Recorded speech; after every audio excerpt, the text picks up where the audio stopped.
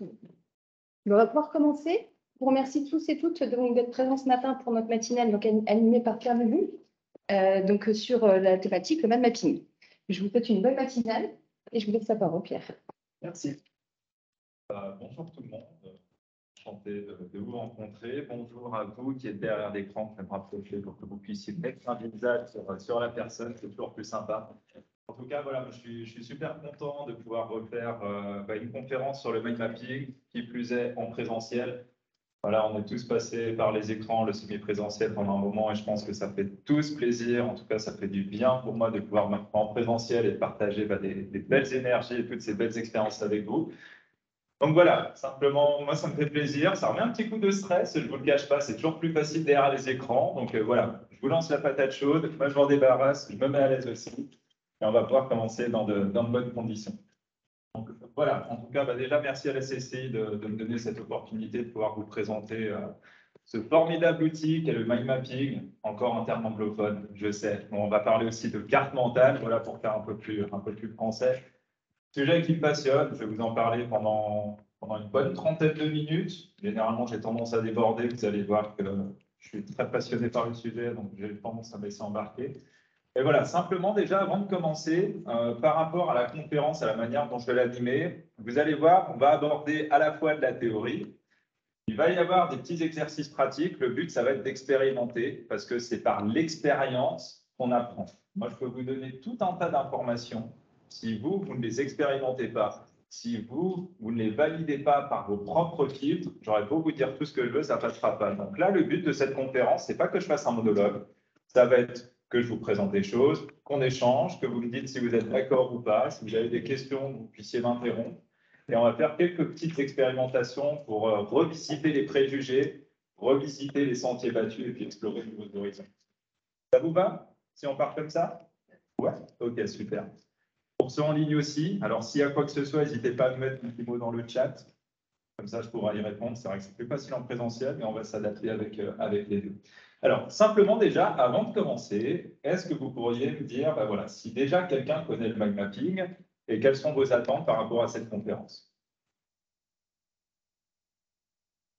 Alors, je sais qu'il est tôt encore le matin, c'est bientôt le week-end. Hein. Je sais, je suis pareil que vous, mais voilà. Ouais. Ça n'a rien à voir avec le break.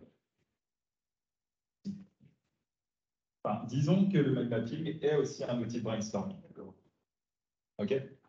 Donc, quelles sont vos attentes par rapport à cette conférence? Si vous êtes là aujourd'hui, c'est forcément que vous ayez un intérêt.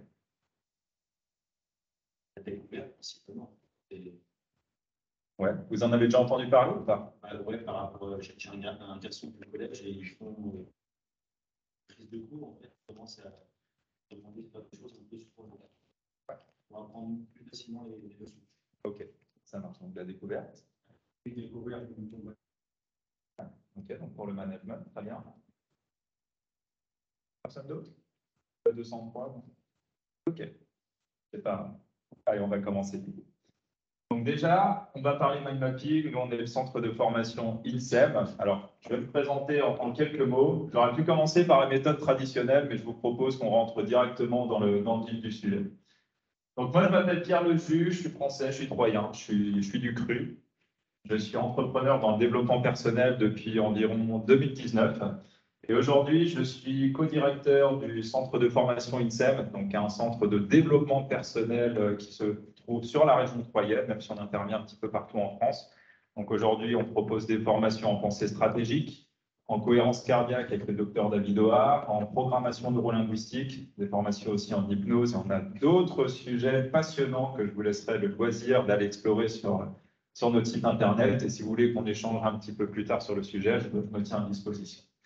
Donc, je suis également formateur en pensée stratégique sur tout ce qui est les outils de management de l'information, dont fait partie forcément le mind mapping, tout ce qui est lié aux techniques de mémorisation, la lecture rapide et encore d'autres choses passionnantes.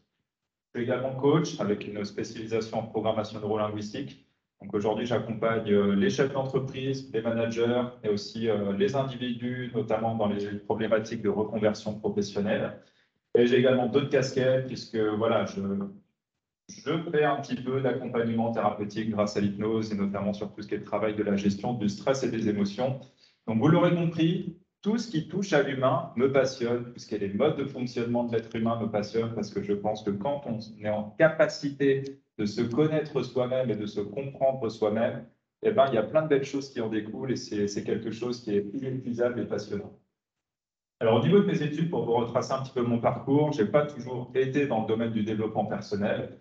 Donc, j'ai déjà fait un master en marketing et management international à la Voice School de Troyes. J'ai eu l'occasion de partir au Pays de Gandhi, très apprenant, donc en Inde pour me spécialiser en marketing. Et ensuite, voilà, je suis parti sur tout un cursus de marketing et management des vins et spiritueux à l'INSEC. Vous allez me dire, rien à voir. Je suis troyen, donc vous comprenez que le champagne, c'est une histoire, on baigne dedans depuis tout petit. Mais voilà, en parallèle, j'ai fait tout un travail, bien sûr, de développement personnel sur moi. Et aussi, je me suis formé à toutes ces approches que je vous ai présentées juste avant, en me disant que ça pourrait être que complémentaire. Et le problème, quand on rentre dans le développement personnel, je ne sais pas si vous connaissez ça, mais dès qu'on met le doigt dedans, généralement, ça nous prend la main, l'avant-bras, le bras, et après, on n'arrive plus à en sortir. Donc au final, je me suis trouvé dedans, j'en ai fait ma passion, et aujourd'hui, voilà, je passe mon temps à en parler, je passe mon temps à explorer, et j'ai choisi du coup d'en faire mon métier tout simplement. Donc aujourd'hui, j'interviens aussi bien auprès des écoles, des entreprises que des individus. Alors, pourquoi vous parlez du mind mapping? Eh bien, tout simplement, si on reprend un petit peu mon parcours, pendant mes études, il y avait plein de sujets qui me passionnaient. Le problème, c'est que très clairement, pendant les cours, je m'emmerdais. J'arrivais pas. Les méthodes qu'on me proposait, les blocs de texte, les PowerPoint de 300 pages, des choses comme ça ne me motivait pas. Pourtant, les sujets me passionnaient. Et j'arrivais à des plafonds de verre où je me disais, mais c'est quand même fou parce que je débauche beaucoup d'énergie et j'arrive pas au résultat que j'aurais envie d'avoir. Je me dis, il y a quelque chose qui ne marche pas. Il y a des personnes à côté de moi qui excellent, qui travaillent moins. On connaît tous ça et c'est assez rageant quand on est dans cette figure-là. Hein. Je pense que vous compatirez.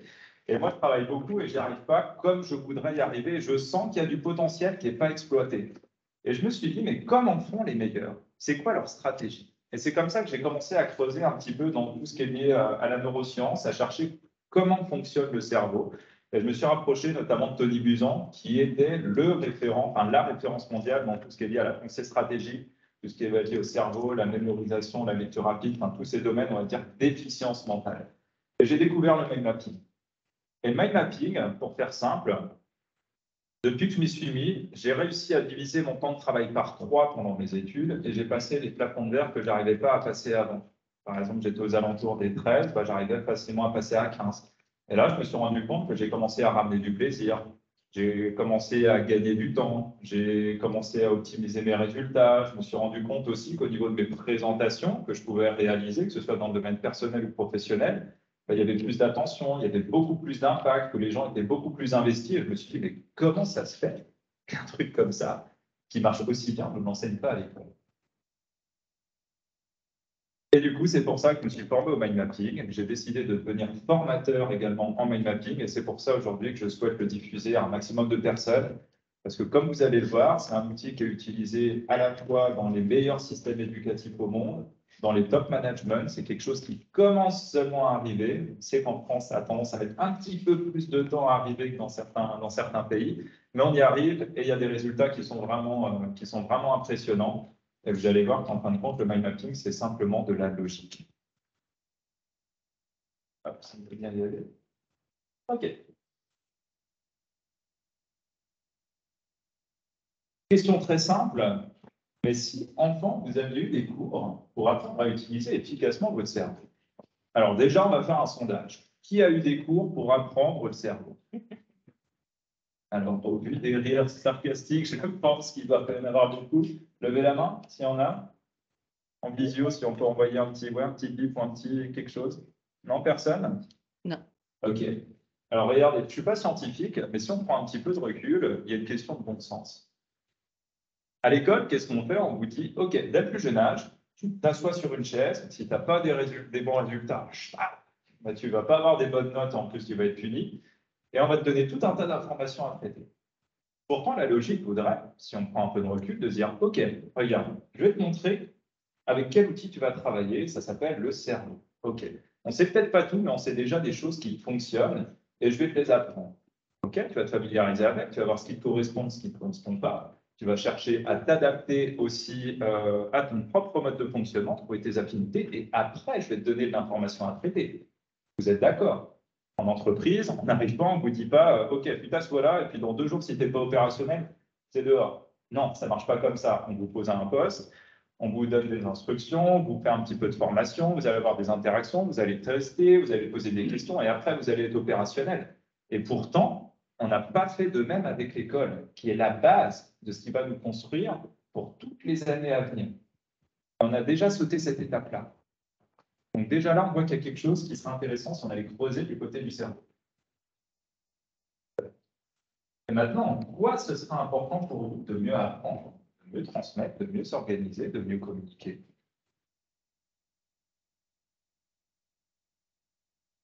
Je sais qu'on a plus de facilité à se projeter dans ce qui ne fonctionne pas, mais là, allez, si ça fonctionnait, tout ça. Mieux, plus performant. Alors, plus performant, OK, on se sentira mieux, donc il y a un côté émotionnel. Performance, OK, il y a un côté rendu.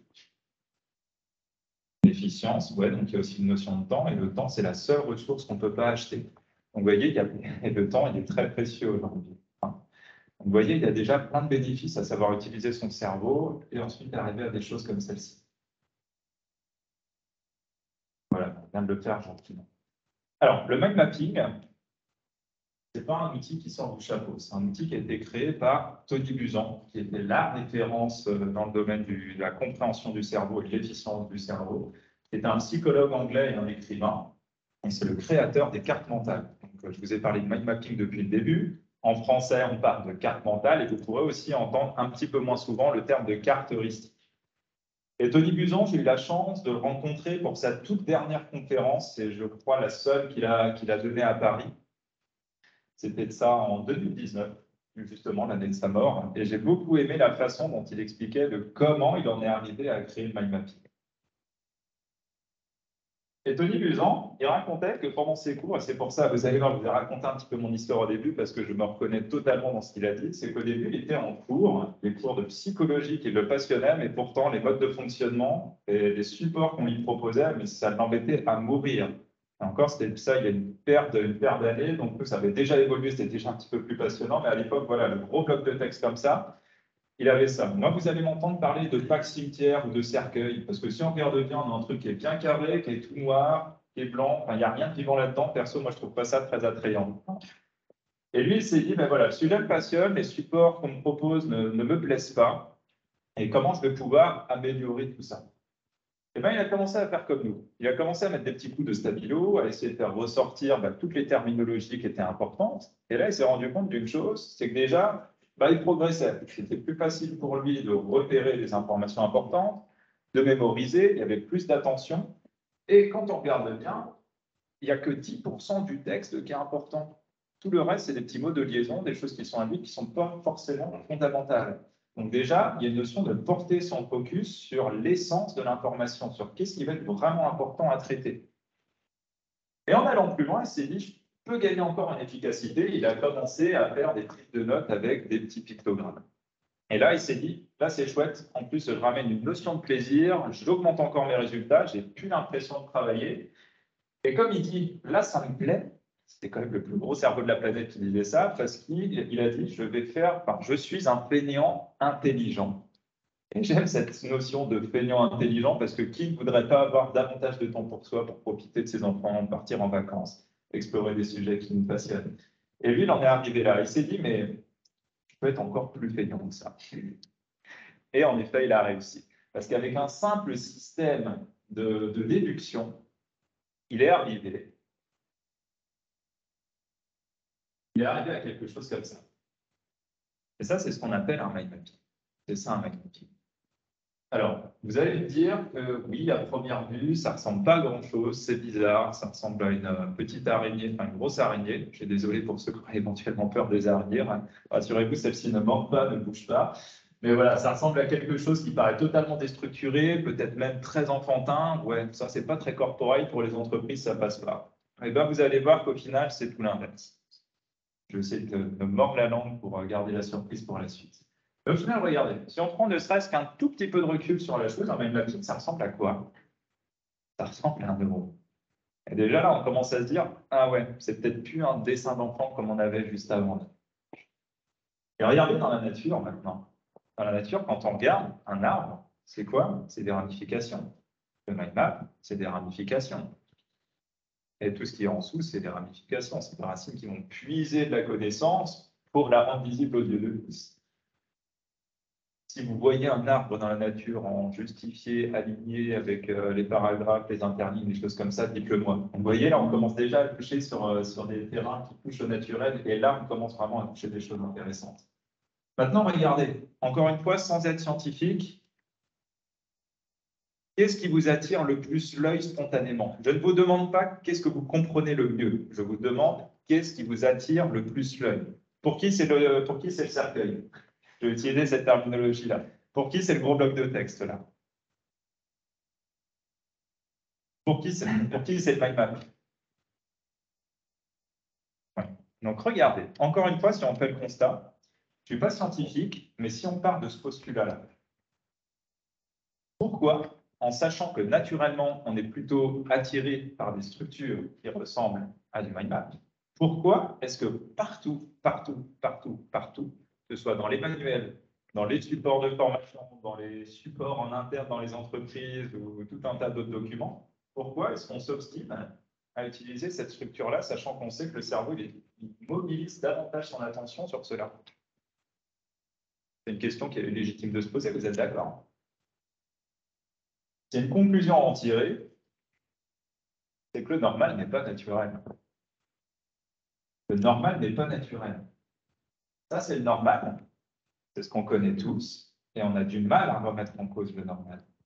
Et ça, c'est le naturel. Je ne suis pas là pour critiquer ce qui se fait. Je suis simplement là, je vais essayer de ne pas sortir de la ligne, je suis simplement là pour essayer d'apporter un regard nouveau sur la situation actuelle. Mais en tout cas, si on reste sur cette idée-là, on voit bien qu'il y a quelque chose qui pourrait être intéressant à aller creuser quand on commence à respecter notre mode de fonctionnement naturel, non? Si ça nous demande moins d'efforts, qu'on a plus d'intérêt, on va mobiliser davantage de ressources, donc on va optimiser nos résultats derrière. Vous êtes d'accord avec moi? Et regardez, si on fait une passerelle, un petit aparté avec l'intelligence, selon vous, à quoi est due l'intelligence? Ouais, je le sais. On est vendredi matin, je vous pose des questions qu'on n'a pas l'habitude de poser ou que vous n'aimeriez pas qu'on vous pose encore, que vous êtes dans le cycle de ça, ou à la sortie du livre, mais je vous la pose quand même. Allez, selon vous, à quoi est due l'intelligence? Parce que c'est une question de taille, l'intelligence. Ce qui est par dîner. Capacité à assembler des informations. Capacité à assembler des informations, ok. Par là-bas. Ouais, ok. Ouais. Okay. On va prendre l'exemple de ce monsieur que vous connaissez tous, Albert Einstein. Il y a une chose qu'on sait un petit peu moins sur Einstein, c'est que son cerveau il faisait 1200 grammes, 1400 en moyenne pour un être humain. Ça veut dire qu'à la naissance, Einstein il avait moins de chances que nous d'être un génie. Pourtant, Einstein, si on retrace un petit peu son parcours, vous avez vu tout ce qu'il a pu effectuer, c'est assez monumental. Il montre bien déjà que l'intelligence, elle ne réside pas dans la taille du cerveau. Ce n'est pas une question de poids, ce n'est pas une question de taille de cerveau. C'est autre chose. C'est une question de synergie en fait entre les deux hémisphères.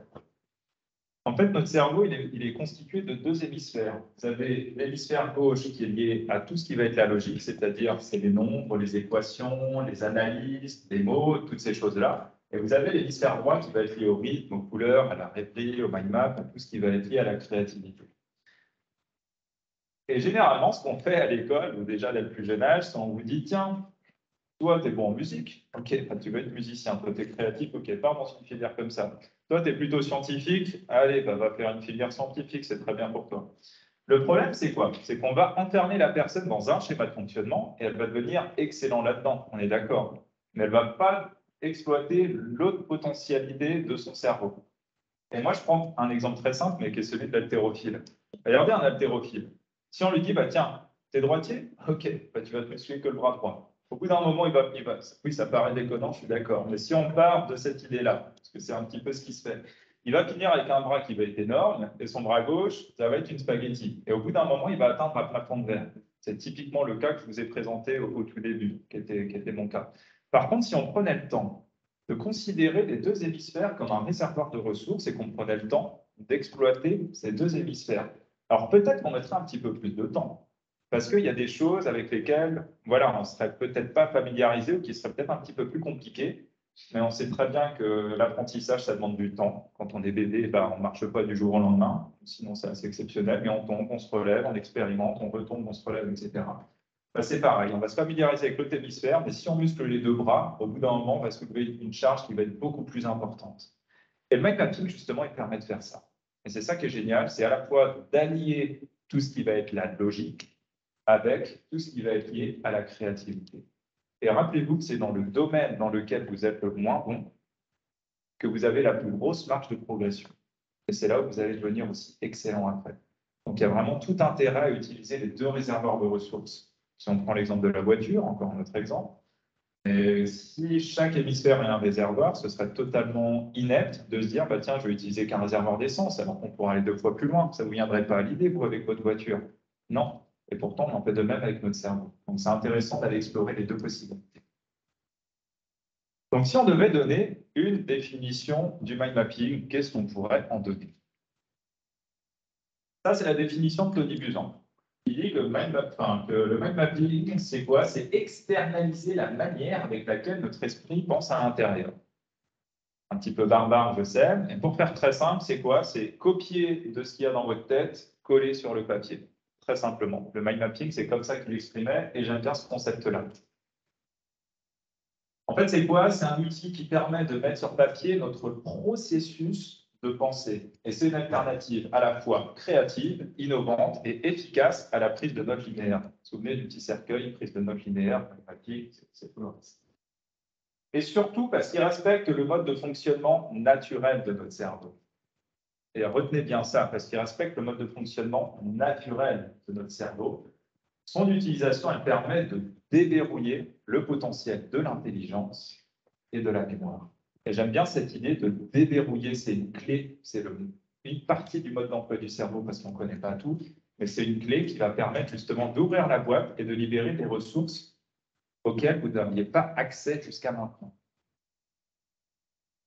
Et il est adaptable et utilisable par tous, et son application est possible dans tous les domaines, que ce soit personnel et professionnel. Donc, on m'a posé des questions juste avant de commencer. Est-ce qu'on peut l'utiliser dans le domaine professionnel? Oui, sinon je ne serais pas là. Et dans le domaine personnel, oui, parce que typiquement, à l'école, on l'utilise déjà. Donc, pour faire simple, vous pouvez retenir qu'il permet de synthétiser et organiser visuellement l'information pour une assimilation efficace, efficiente et durable. Et je vous ai mis la petite goutte d'huile essentielle là. C'est vraiment capter l'essence de l'information. Vous avez vu que le bloc de texte, il y a beaucoup d'informations. Un mind map, il y en a très peu. J'entends déjà la question, oui, mais s'il n'y a pas toutes les informations, on va en oublier. Si on en oublie, ça va entraîner ça, ça, ça. Ça, c'est vos peurs. Hop, on va les mettre de côté. Vous allez voir qu'il y a d'autres possibilités qui fonctionnent maintenant. Donc, il y a plein de bénéfices à utiliser le mind mapping. Vraiment beaucoup. La première, c'est de gagner du temps, et le temps, c'est une ressource inestimable, surtout aujourd'hui. D'apprendre à apprendre. On vous a dit d'apprendre, mais est-ce qu'on vous a appris à apprendre? Pas sûr. De rendre l'information facilement intégrable, mémorisable et restituable, d'optimiser le fonctionnement de son entreprise, de développer une pensée générative et démultiplier la création d'idées. C'est-à-dire qu'une idée plus une idée, 1 plus 1 égale 3. C'est ça l'idée. Vous allez voir qu'avec le mind mapping, quand on le pratique, contrairement à la méthode traditionnelle, on arrive vite à des limites, on n'arrive plus à réfléchir, à ouvrir le champ des possibles. Le mind mapping, il y a l'effet boule de neige. Il y a un effet boule de neige qui fait que la page blanche, elle est quasiment impossible à avoir. Et, on va dire problème de riche. À la fin, on a trop d'idées. On a trop d'idées, alors que d'habitude, généralement, le problème, c'est de ne pas avoir assez d'idées ou de bloquer sur une feuille. D'augmenter la concentration et l'efficacité, bien sûr, de favoriser la résolution du problème, favoriser la créativité et la mémorisation. Et la créativité, c'est quelque chose qui est super important aujourd'hui en entreprise et par rapport aux enjeux actuels. De mieux gérer, transmettre et communiquer efficacement une information. Je rappelle qu'il y a parler et il y a communiquer. On va voir que le mind mapping lui permet vraiment de communiquer. De générer une vision d'ensemble et de favoriser la prise de recul. Donc ça, on commence à toucher à des notions assez intéressantes en termes de compréhension et de profil de personnalité. Des personnes qui sont plutôt détails, qui on va avoir besoin, tiens, tu vas à Marseille, ok, quel itinéraire, quelle voiture, je passe par où, ça va coûter combien, et comment, et pourquoi. Là, on va être sur du détail, une personne globale, c'est tu vas à Marseille, ok, je me débrouille. En entreprise, on a ces deux cas de figure-là et il faut pouvoir communiquer aussi. Oui, je vois des petits acquiescements, donc je pense qu'il y a déjà eu aussi des choses là-dessus. Il faut pouvoir communiquer à tous les profils de personnalité et vous allez voir que le mind mapping permet de le faire. Donc, global détail, créatif, logique. On a déjà plusieurs choses intéressantes. Et bien plus encore. Est-ce que ça soulève déjà des questions, des interrogations, peut-être des réflexions? Non? Rien du tout? Ça me met le doigt sur la difficulté de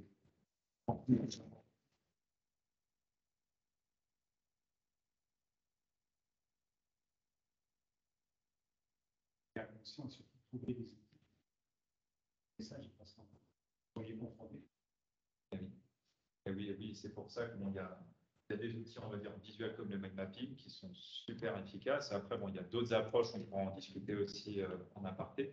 Il y a tout ce qui est les outils de communication, comme par exemple la programmation neurolinguistique, qui sont aussi des outils qui, combinés au mind mapping, détonnent. Un cocktail qui est vraiment simple. En fait, voilà, le mind mapping, pour faire simple, qui va permettre de réaliser ce qu'on appelle la loi de Pareto, qui dit que 80% des effets sont petits 20% des causes. Donc, on va retenir que 20% d'efforts pour obtenir 80% de résultats. C'est l'efficience.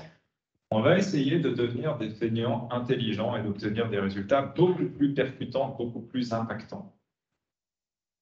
Alors, je vous ai fait une présentation pour l'instant un petit peu théorique, on va dire, de ce qu'est le mind mapping. Mais maintenant, si on s'oriente plutôt sur le volet business. Au niveau du World Economic Forum, il y a quelques années, ils ont essayé de définir voilà, quelles étaient les compétences les plus attendues sur le marché du travail demain. À votre avis, quelles sont les 3 compétences les plus attendues sur le marché du travail demain, selon le World Economic Forum?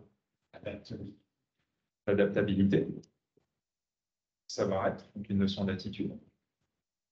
En ligne, là, j'ai pas de retour. Savoir-être. Savoir-être, ok. Merci. Alors ici. Non, pas d'idée. Comment? La communication. Ok. Adaptabilité, créativité et agilité. Ok, ça marche. Allez, je ne vous torture pas plus longtemps. En premier, on va avoir la résolution de problèmes. En deuxième, on va avoir la pensée critique. Et en troisième, on va avoir la créativité. Et regardez, là, il y a quelque chose qui est intéressant quand justement on prend un petit peu de recul, c'est que ce n'est pas forcément des compétences qu'on aurait attendues nous à notre niveau. C'est-à-dire qu'on avait la notion de savoir-être, la notion de communication, la notion d'efficacité, hein, on perd toujours plus pour obtenir davantage. Et regardez, il y a encore autre chose. C'est que si on prend encore un deuxième niveau de lecture, c'est que là, aujourd'hui, à l'ère de l'intelligence artificielle et de tout ce qu'on a pu mettre en place au niveau technologique, on a encore ces problématiques-là qui étaient censées, déjà partiellement ou très grandement évoluer sur tout ce qui est résolution de problèmes, la créativité, toutes ces choses-là. Donc là, ça nous montre quoi? Que ce qui est attendu pour demain, ce sont des compétences qui sont humaines. La pensée critique, la créativité, ce sont des facultés humaines. Donc, ce qu'on nous demande aujourd'hui, oui, ça rejoint aussi ce qui a été dit indirectement, mais c'est des notions d'attitude. Donc, on nous invite aujourd'hui, on nous demande de développer des nouvelles formes d'intelligence pour répondre aux enjeux actuels. C'est ça qu'on nous demande aujourd'hui. C'est ce que disait aussi Einstein. On ne peut pas résoudre un problème avec les mêmes schémas de pensée qui l'ont engendré. Donc, aujourd'hui, forcément, on nous demande à penser en dehors du bocal, et ça implique de la créativité, de la pensée critique, pour, par conséquent, arriver à la résolution de problèmes. Et pour ça, il faut des outils différents de ce qu'on connaît d'habitude.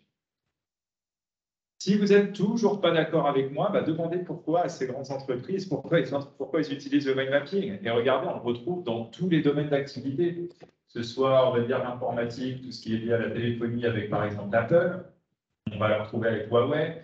On va avoir dans l'aérospatial avec la NASA, on va le retrouver dans l'armée avec la Royal Air Force, on va aussi le retrouver dans l'animation avec Disney ou dans des grandes écoles aussi. Pour la petite anecdote, on a J.K. Rowling, qui a écrit les Harry Potter, qui a pensé toutes ces histoires et tous ces personnages en mind mapping. Donc vous voyez, en fait, c'est utilisé absolument à tous les niveaux.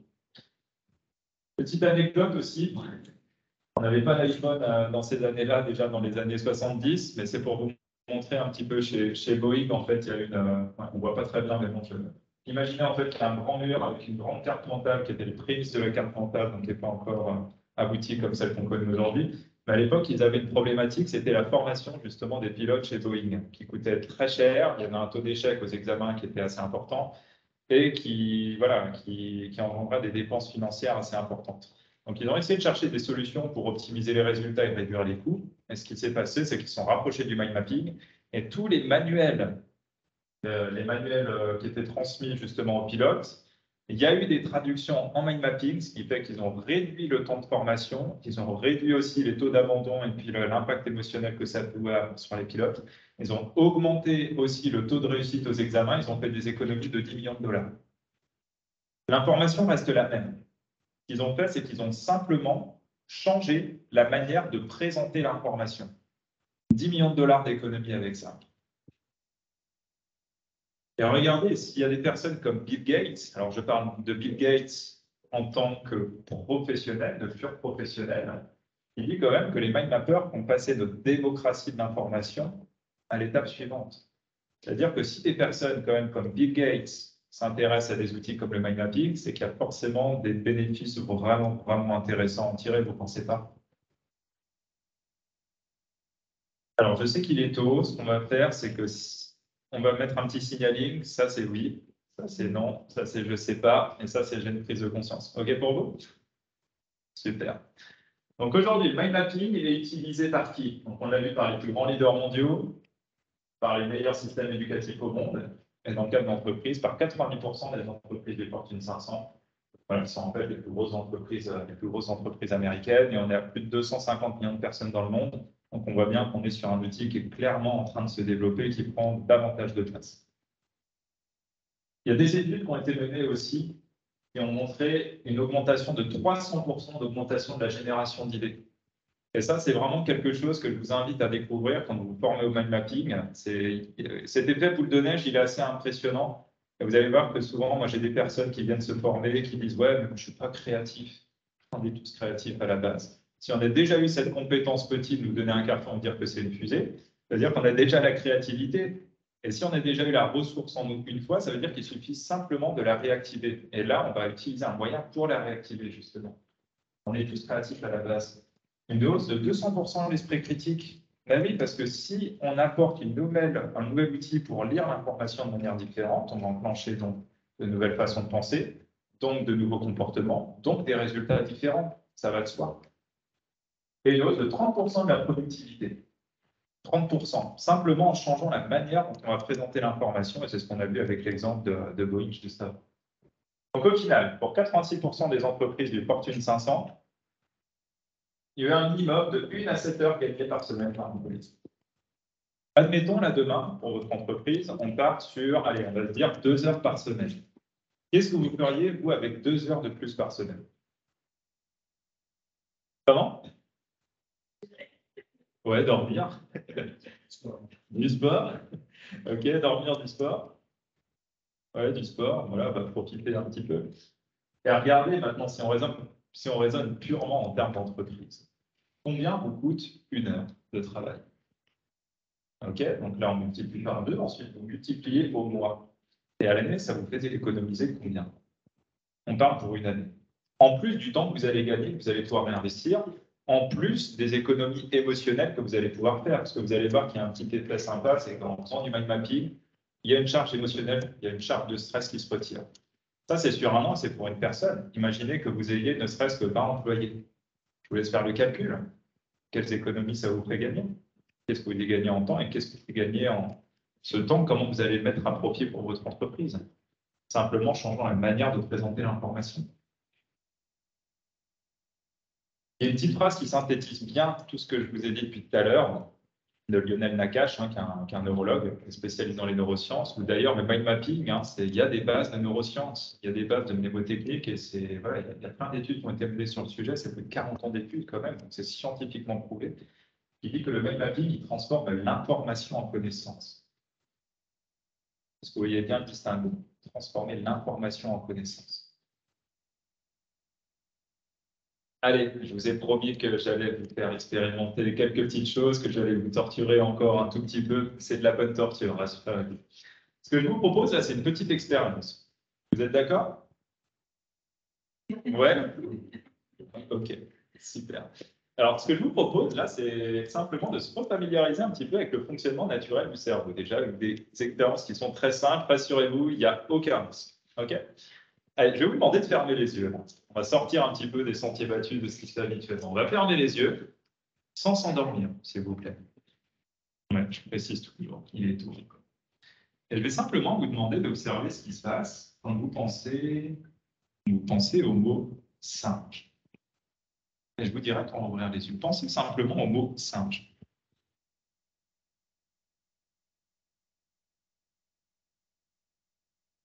Ok, ouvrez les yeux. Allez, qu'est-ce qui s'est passé pour vous là? J'ai vu le chiffre 5 écrit. Alors, j'ai dit singe. Ah, ça. Alors, peut-être singe, mais... Ah ouais, je vais peut-être pas assez articulé. Ouais. J'ai pensé à la conjoncture du singe. Ah, ok, ça marche. Le singe? Ouais.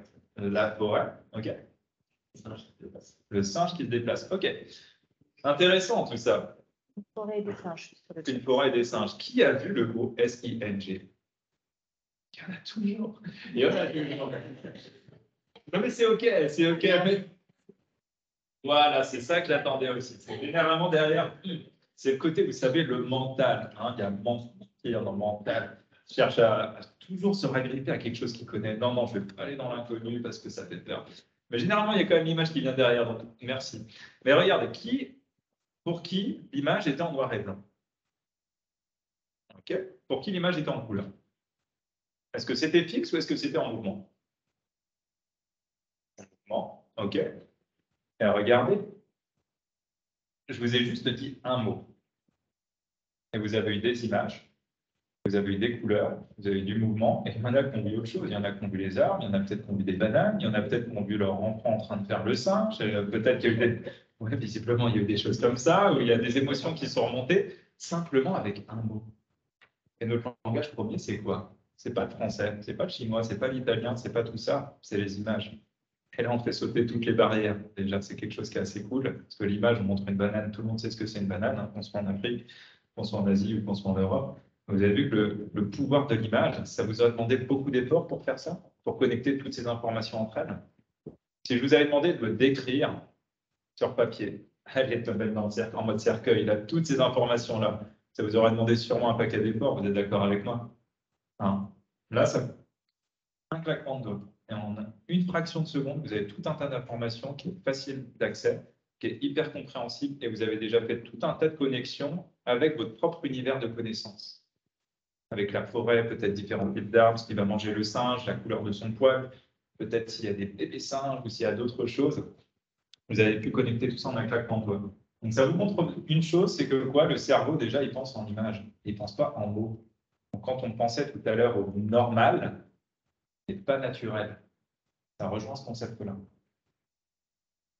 Allez, deuxième petite expérimentation sur l'importance de la spatialisation de l'information. À l'heure des fusées, de SpaceX, de la NASA, on parle beaucoup de tout ça, mais on va revenir un petit peu plus terre à terre.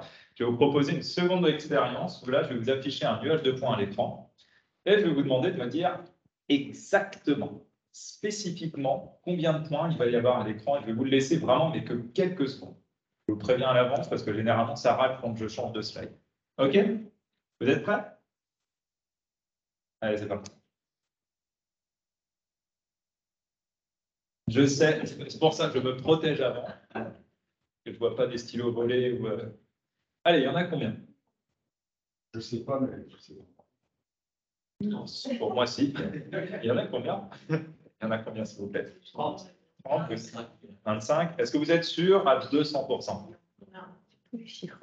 Il y a tous les chiffres. 40, 25, 36, 35, 28. Allez. Ici. Bingo. On va pas faire un loto. Allez, on va recommencer. Je vais vous les présenter de manière un petit peu différente maintenant. OK? Vous êtes prêts? Allez, il y en a combien? Vous êtes sûr? Et comment vous le savez? Est-ce que vous pourriez les replacer comme ça? Oui. Ouais. OK. Ça, c'est la spatialisation de l'information. Même information présentée de manière différente. Encore une fois, je ne suis pas scientifique, mais exercice très simple et qui nous montre bien que quand on positionne l'information d'une certaine manière, ça ne vous a pas demandé d'effort, ça a été clairement compréhensible pour vous. Donc là, on commence à rentrer ça. J'aime bien cet exercice-là parce que c'est un peu le Google Traduction du cerveau. Là, où il montre un peu la structure avec laquelle il comprend l'information. Il y a des structures dans notre cerveau. Il y a des façons de présenter l'information et là, c'en est une qui est compréhensible.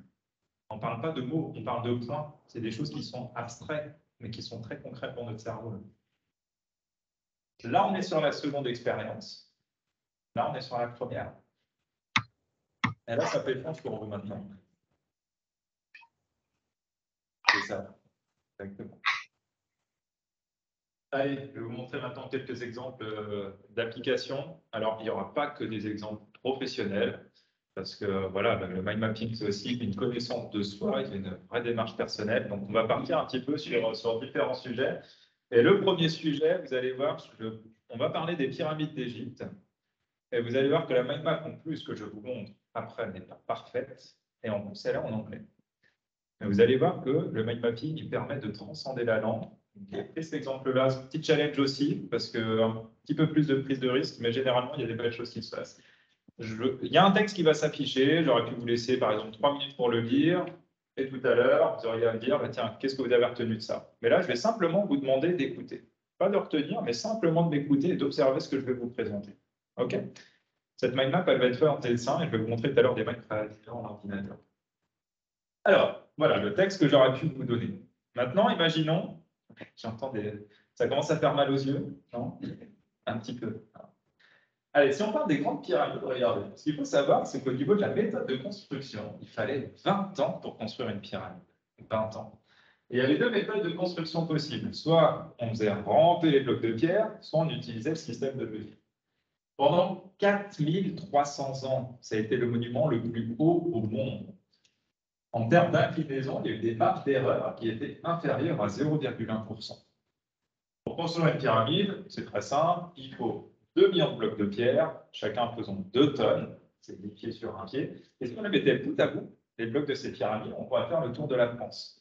Et en termes de superficie, c'est assez énorme quand même, parce que regardez, on pourrait mettre plusieurs cathédrales dans la superficie. On pourrait mettre Saint-Pierre, on pourrait mettre Florence, celle de Milan en Italie, de Westminster et de Saint-Paul. Et vous comprenez bien qu'en voyant ça, par exemple, des personnes comme Napoléon, ils ont été totalement bluffés quand ils ont découvert ces monuments.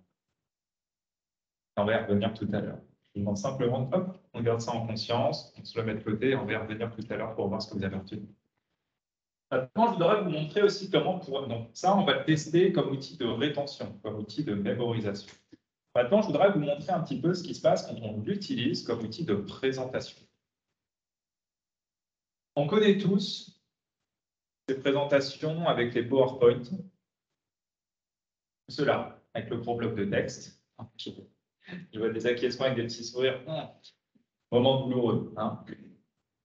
Et pourtant, on en voit encore beaucoup. Et regardez le problème de ça, c'est que si je vous mets un bloc de texte, je peux vous dire tout ce que je veux, vous allez être en train de lire, et moi, je n'existe plus. Donc, normalement, le PowerPoint doit être un support, et c'est moi que vous devez écouter, et c'est avec vous que je dois conserver justement le rapport, que je dois conserver l'attention. Et pour d'autres, on essaye de mettre des couleurs, des formes, des images, des choses comme ça, mais on voit que ça ne marche pas toujours, que là, ce n'est pas efficace du tout. Donc là, ce que je vous propose, c'est qu'on parte de celui-ci et que je vous le présente d'une manière un petit peu différente. Donc j'aurais pu vous le présenter comme ça, mais là, on va imaginer qu'on est dans le cadre d'une réunion, d'accord? Et que je dois vous présenter le sujet suivant. OK. Alors aujourd'hui, on va parler de quoi? On va parler de la demande dans le système logistique.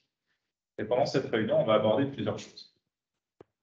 L'objectif, ça va être quoi? Ça va être de définir déjà les activités qui sont liées à notre demande. Et en fonction de ça, on va établir des prévisions. des prévisions sur les qualités, sur les méthodes utilisées, et en fonction de ça, on va faire des choix. Qu'est-ce qu'on va garder? Qu'est-ce qu'on va mettre de côté?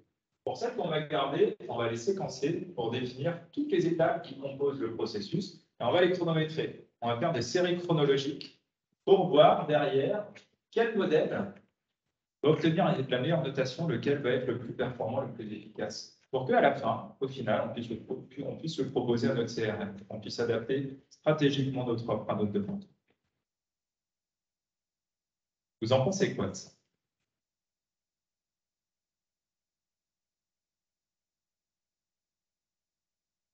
Alors, c'est clair, ça donne envie, c'est vivant. OK. Qu'est-ce qui vous fait dire ça? De logique. Puis sa vie. Alors, sa vie, Non, et il y a une forme de logique et on a envie de. Ouais. Ça épouse le temps. Ça épouse le temps. J'aime beaucoup. Ouais. Ouais, structuré et ludique. Et pourtant, vous voyez, on parle d'un truc qui est quand même très, très terre à terre. On peut rester très pro. Hein. Le mind mapping, il peut être corporate. Après, vous jouez sur les terminologies, vous jouez aussi on peut jouer sur les branches, les couleurs, tout un tas de choses chez l'image. Et regardez, en fait, il se passe quelque chose d'intéressant quand on utilise le mind map là. Il y a plusieurs choses. Déjà, si on raisonne en termes de profil de personnalité, bon, même s'il n'y a pas beaucoup d'informations, on peut répondre au profil global, parce que là, je vous donne juste ces informations, vous avez compris, moi c'est typiquement mon cas. Moi, si on me fait tout un tas de blabla sur un sujet alors que j'ai compris dans l'ensemble ce que ça veut dire, pour moi c'est OK. Après, on me perd. Donc moi, j'ai à manger. Une personne qui est détail, bah, vous allez m'écouter et moi je vais apporter tout le détail complémentaire que j'aurais besoin d'apporter. Comme ça, je reste aussi à 100% avec vous. On a déjà les deux profils de personnalité. Si on veut accentuer la chose, si vous êtes visuel, on a le visuel. Si vous êtes auditif, il n'y a qu'à m'écouter, vous avez le côté auditif. Et pour ceux qui sont kinesthésiques, tout ce qui va être lié à l'émotion, tout ce qui va être lié au ressenti, ben ça, c'est à moi de jouer sur la voix, c'est à moi de jouer aussi sur ma présentation, sur ma posture, sur tout un tas de choses, la gestuelle. Mais regardez, le fait d'avoir des images, d'avoir des choses, quand on regarde le petit nuage, il y a presque un petit côté tangible, et le côté kinesthésique, en fait, il ressort indirectement. Et quand on crée la synesthésie, c'est-à-dire la combinaison des sens, c'est la porte d'entrée à la compréhension, à la mémoire à long terme. Et là, vous comprenez là qu'en fait, on utilise absolument tout ça. Et si on va encore plus loin, encore autre avantage, c'est que j'ai entendu dire il y a une forme de logique. Il y a quelque chose qui est, ouais, c'est OK, c'est clair, net, c'est précis. Pourquoi? Parce que le cerveau, il comprend avec le mouvement. On apprend avec le mouvement. Et là, regardez, c'est un petit peu comme si je vous prenais par la main. Étape par étape, on va y aller par là. On va passer par ça. Regarde, c'est comme ça, je t'explique ce qu'il y a derrière. OK pour toi? Ouais, on passe au point suivant. Pas OK pour toi? Stop. T'as une question? Dis-la moi. Je clarifie. C'est clair pour toi? On continue? OK. Et on y va comme ça. Et regardez, contrairement à un PowerPoint traditionnel où il y a des points qui ne sont pas reliés entre eux, ouais, ça a l'air présenté de façon structurée, mais il n'y a pas de lien apparent qui ressort. Ici, vous voyez qu'en fait, les liens, ils se font naturellement. Ça enclenche aussi des processus de pensée. Et ça alimente la compréhension. Donc, vous voyez, en fait, il y a plein d'intérêts à utiliser le mind mapping en présentation et c'est un outil formidable pour ça. Moi, dans mes supports de formation, vous retrouvez à 100% du mind mapping et les gens, ils disent on ne lit plus les blocs de texte, on retient que le mind map. Vous voyez, pour les présentations, c'est vraiment chouette. Après, rien ne nous empêche de présenter les deux. Les deux sont possibles. À vous de voir en fonction du public que vous avez en face. Mais croyez-moi, quand on dit c'est pas corporate, mais avec toutes les explications que vous venez d'avoir, vous comprenez que c'est plus que corporate en fait. C'est que vous faites de l'ultra sur mesure, de l'ultra adaptation par rapport au public que vous avez en face. Et ça ne peut être que bien reçu. Personnellement, je préfère avoir un support que je ne connais pas, mais que je vais capter ce que vous allez me dire, plutôt que d'avoir un support traditionnel très pro, etc., mais je ne vais pas capter. Si moi je comprends ce que vous voulez me dire, si je suis à 100% avec vous et que vous parlez le même langage que moi, c'est comme une fréquence radio, si on se met sur la même fréquence, on se comprend. Sinon, on ne se comprend pas. Et si je vous comprends, eh ben, vous allez élever des interférences. Et imaginons qu'on soit dans un processus de vente, qui dit élever des interférences, qui crée de la confiance et qui derrière incite à mieux vendre ou mieux transmettre. Et justement, c'est l'exemple suivant. Regardez, j'ai détourné, mais j'ai utilisé avec une entreprise pour établir des offres. Ils avaient une problématique de faire comprendre leurs produits aux clients où ils sentaient que ce n'était pas optimisé. Des blocs traditionnels, des gros pavés de plusieurs pages pour présenter les informations. Et regardez, ici, on a fait une offre avec 3 possibilités différentes. On a utilisé de manière stratégique certaines images, etc. Mais on peut très bien utiliser le mind mapping comme support pour présenter une offre commerciale. Encore une fois, j'ai utilisé aussi pour un cabinet d'avocats. Tout ce qui est les procédures, c'est des sujets qui peuvent être assez compliqués pour, on va dire, les gens lambda qui ne sont pas du milieu.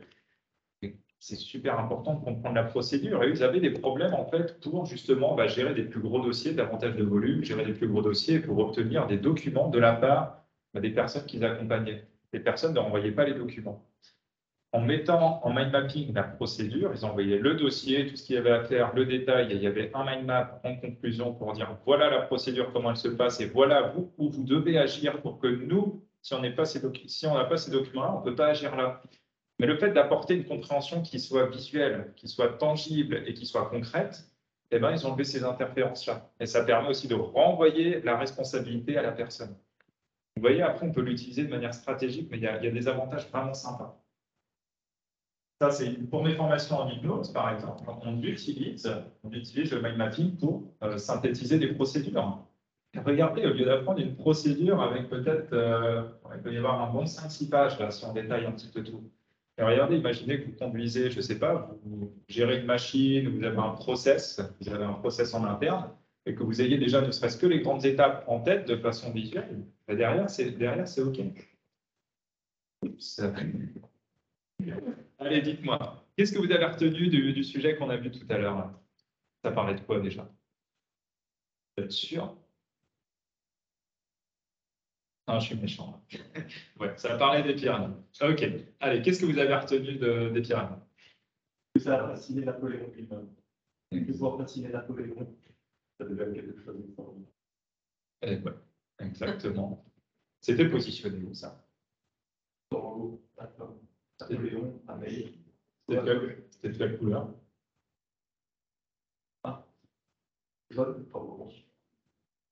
OK. Allez, quoi d'autre? 20 ans pour faire quoi? Ouais, quoi d'autre sur la construction? 2 millions de blocs. Ah, alors, combien de blocs de pierre? Il y en avait 2 millions. 2 millions de blocs de pierre. OK. Sur les méthodes de construction, c'est quoi?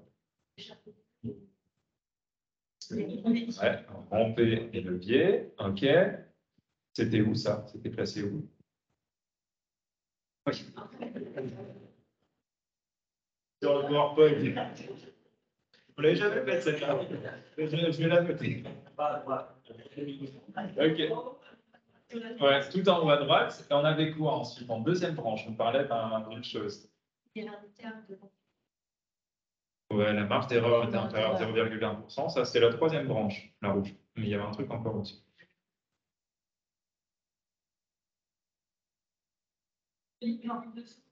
4300 ans. Ouais, c'était haute demande. ouais.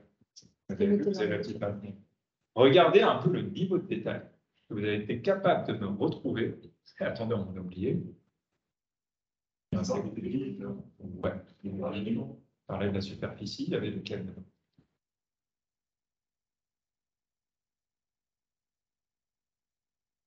Saint-Pierre, Saint-Paul, Florence, j'ai entendu. Florence, Westminster. Florence. Regardez un peu le niveau de détail que vous avez été capable de me retrouver. Ça vous a demandé beaucoup d'efforts ou pas? Derrière l'écran, ça vous a demandé beaucoup d'efforts ou pas? Très peu d'efforts à regarder le niveau de détail. Et je ne vous ai pas demandé de le retenir. Je vous ai demandé simplement de m'écouter et d'observer. Imaginez si je vous avais laissé ne serait-ce que 5 minutes pour apprendre ça. Imaginez que je vous aurais mis une mind map beaucoup plus conséquente, mais je vous aurais laissé 10 minutes. Donc, vous parlez de puissance de l'outil pour la mémorisation, de la compréhension et de l'assimilation. Si on doit apprendre une procédure, un rapport ou quelque chose en interne pour une présentation, c'est OK. C'est OK, c'est OK. Regardez pourquoi c'est efficace. C'est parce que c'est très simple, très enfantin. J'aime nous ramener un petit peu en enfance parce que voilà, en enfance, on n'a pas tout ce mental qui pose des questions et on prend simplement les choses telles qu'elles sont. Et regardez, le problème, c'est que là, on a notre information et avec le cercueil, la méthode traditionnelle, le bac cimetière, le truc bien mort, noir et blanc, bien carré, bien justifié, bien normal, on va dire. Hein. Là, regardez, si ça, c'est votre information, vous avez quoi pour l'obtenir? Vous avez une ficelle. Ça veut dire que demain, il y a une abeille qui passe, hop, vous la lâchez, vous perdez le truc, vous perdez le mot, hop, là, vous avez perdu l'information. Et là, c'est la catastrophe. C'est le drame.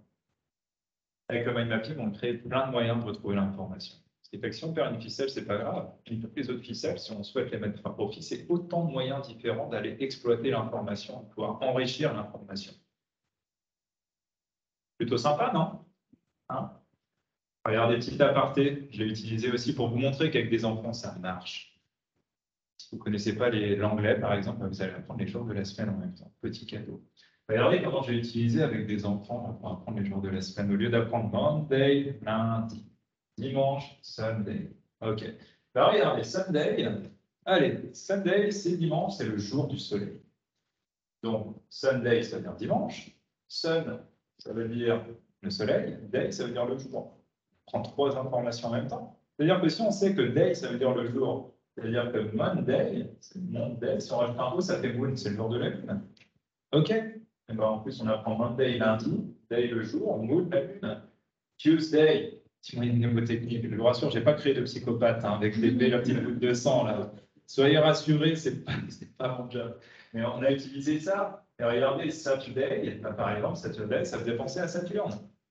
Friday, si on change le i et qu'on met deux e, ça fait free, on est dit, c'est le vendredi, c'est le week-end, c'est bientôt le jour de Saturne et du soleil. Vous voyez, super sympa. Et après, là, pour apprendre les langues, ben, ça devient facile. Ça fait appel à de la mnémotechnique aussi. On fait appel aussi à l'intelligence émotionnelle, parce qu'il y a des choses qui se passent. On fait appel au souvenir, on fait appel à l'imaginaire, et on fait en même temps appel à tout un tas d'autres intelligences. Et je me suis tâté à le mettre, mais je me suis dit, on va tout de suite tordre le cou à l'idée que vous n'êtes pas créatif. Il y a une expérience qui a été menée par la NASA pendant plus de 25 ans auprès d'un panel de 1600 enfants pour essayer d'évaluer le niveau de génie des personnes pour essayer de recruter, d'optimiser le recrutement des ingénieurs à la NASA.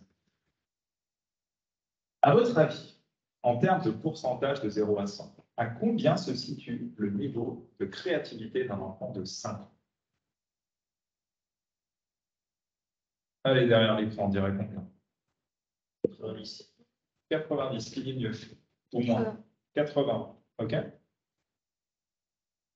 Non? 50? On a 98%. À votre avis, on a combien à 10 ans? 70. 70, donc on diminue, OK? On a 30. 60 et 50. Enfin, ça fait je sais. Allez, à 15 ans, l'adolescence, s'il y a des génies, ils sont bien cachés des fois, je sais. Si vous avez des adolescents, voilà, vous savez ce qu'on fait. On y est tous passés aussi. J'ai 20 et 5. Dans leur tête. 20 et 5? Combien? 15. 15? On a ça, on est à 12%. Allez, 25 ans et plus. C'est l'âge, normalement, ils recrutent à peu près les ingénieurs. 1%. 1%, 3%. C'était pas loin. J'ai eu le 1, j'ai eu le 3, j'ai pas eu le 2. Jouez pas au loto, hein, s'il vous plaît. On est à 2%. On est à 2%. Mais regardez, en attendant, ça montre une chose super intéressante. C'est que je vous ai dit que la créativité, on l'avait tous en nous. Il suffit de se reconnecter à cette ressource pour pouvoir la réexploiter, pouvoir se la réapproprier. Et ce que ça a mis en lumière, en tout cas, c'est que normalement, la créativité, elle n'est pas censée descendre aussi significativement au cours du temps. Alors, pourquoi elle diminue? Parce que quand on grandit, on a déjà notre mental qui est là, notre mental. On a toutes ces expériences de vie qui vont nous conditionner. On a le sentiment d'appartenance aux copains, on a la famille, on a notre culture, on a notre pays, on a l'école. Après, il y a le boulot qui passe par là, il y a toutes ces choses-là, les préjugés, un tas de choses. En tout cas, il y a une chose intéressante à retenir, c'est que la créativité, elle n'est pas apprise, elle est désapprise au fil du temps. Et rappelez-vous, si on vient connecter avec ce qui a été dit sur le World Economic Forum, c'est quoi? C'est que une des 3 compétences les plus attendues de demain, c'est la pensée critique, résolution de problèmes et la créativité. À savoir qu'à la NASA, ils utilisent le mind map. Ils ont fait un mind map géant dans les couloirs sur un tableau blanc pour permettre aux personnes, voilà, il y avait une problématique de passer un tuyau qui faisait surchauffer la fusée et qui générait une problématique d'explosion. Et en faisant un mind map, ils ont permis à tout le monde de brainstormer. C'est comme ça qu'une femme de ménage est passée et a simplement mis changer le tuyau de place. Brainstorming, très simple, mais à tous les niveaux. Et il n'y a pas de conflit d'idées avec le mind map quand on fait justement quand on fait du brainstorming. C'est que vous voyez, normalement, quand on fait un brainstorming méthode traditionnelle, tu mets ça là, ouais, non, moi je le vois là, ah non, bon, on ne peut pas mettre au même endroit, pouf, ça clash. Et là, en fait, on proposait à chaque personne de disposer ça un petit peu partout comme on voulait. Et puis, voilà, solution envisageable, solution trouvée, des grosses économies. Et regardez simplement pour optimiser les supports de réunion et de communication. Regardez si on prend l'exemple d'un rapport. Ouais, on en a plein des rapports. Moi, j'ai pas mis de petits graphiques dedans, j'aurais pu alléger avec quelques petits graphiques, des choses comme ça, mais je ne l'ai pas fait. Mais imaginez demain que sur ce rapport, à la fin de chaque chapitre ou à la fin du rapport, vous puissiez disposer d'un quelque chose comme ça. Une mind map qui vous permet d'avoir toutes les grandes thématiques qui vont être abordées, des éléments de détail, et que vous puissiez vous référer par exemple aux petites pages.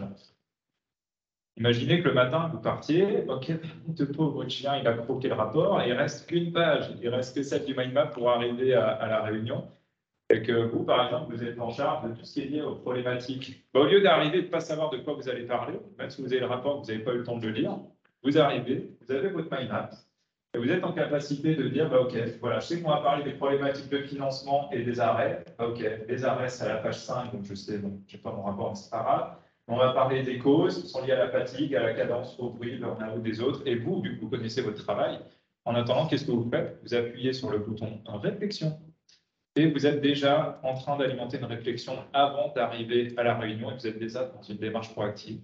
Et on le sait, il n'y a rien de pire que d'arriver dans une réunion, que de se lever tôt, que de prendre du temps, poser une thématique et demander de préparer, et qu'on arrive et que personne n'est préparé, et puis qu'on va repartir de zéro.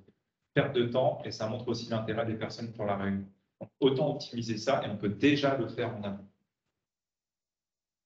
Donc, vous l'avez compris, en fait, on peut l'utiliser pour des comptes rendus, synthétiser des dossiers, du brainstorming super efficace. Comme je vous le disais, on ne rentre pas en confrontation d'idées, mais on rentre vraiment sur du vrai brainstorming où les idées viennent se compléter. Et si jamais on veut changer de place, on les change de place.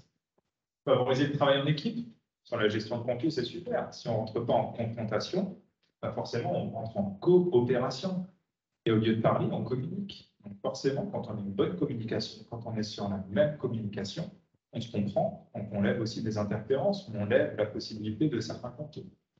Pour la transmission super efficace, les supports commerciaux, prise de part en public, du management et plein d'autres. En tout cas, retenez une chose, c'est que le résultat que vous obtenez dépend de la signification que vous avez donnée à l'information.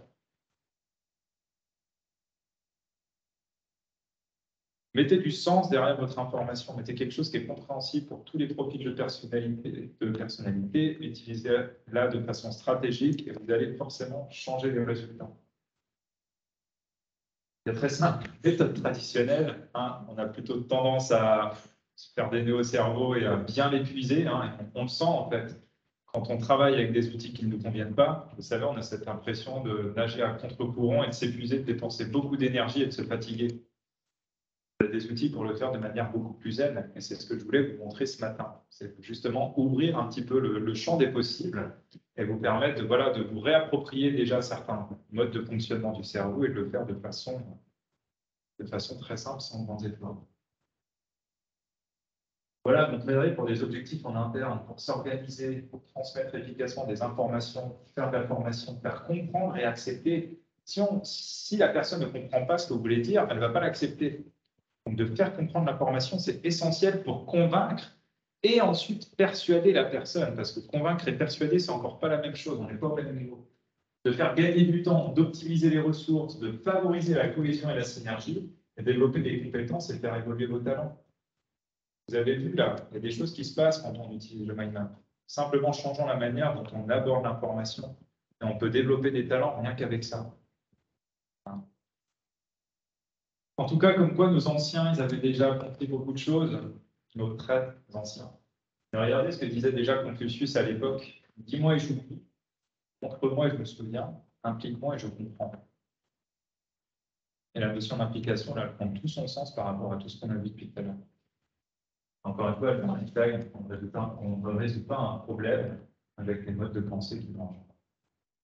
Ça paraît très simple, mais quand on a la tête dans le guidon, Vous connaissez ça, c'est vrai qu'on cherche à résoudre les problèmes avec les méthodes qu'on a à disposition, même quand ils ont tendance à se répéter. Et c'est vraiment quand on arrive à un clash ou à saturation qu'on se dit, ça sera peut-être pas mal qu'on change ou qu'on expérimente autre chose. Donc en tout cas, voilà, c'était ça l'objectif, moi, de ce matin. C'était de vous montrer deux possibilités, d'autres manières de faire que j'ai pu expérimenter, que j'ai déjà pu faire expérimenter à des entreprises que j'accompagne. Et voilà, en tout cas, j'espère que ça vous a permis de voir d'autres champs des possibles, de peut-être sortir la tête de l'eau, sortir la tête du bocal, pour reconnecter à des choses intérieurement et vous permettre après de, voilà, de prendre de meilleures décisions. Merci.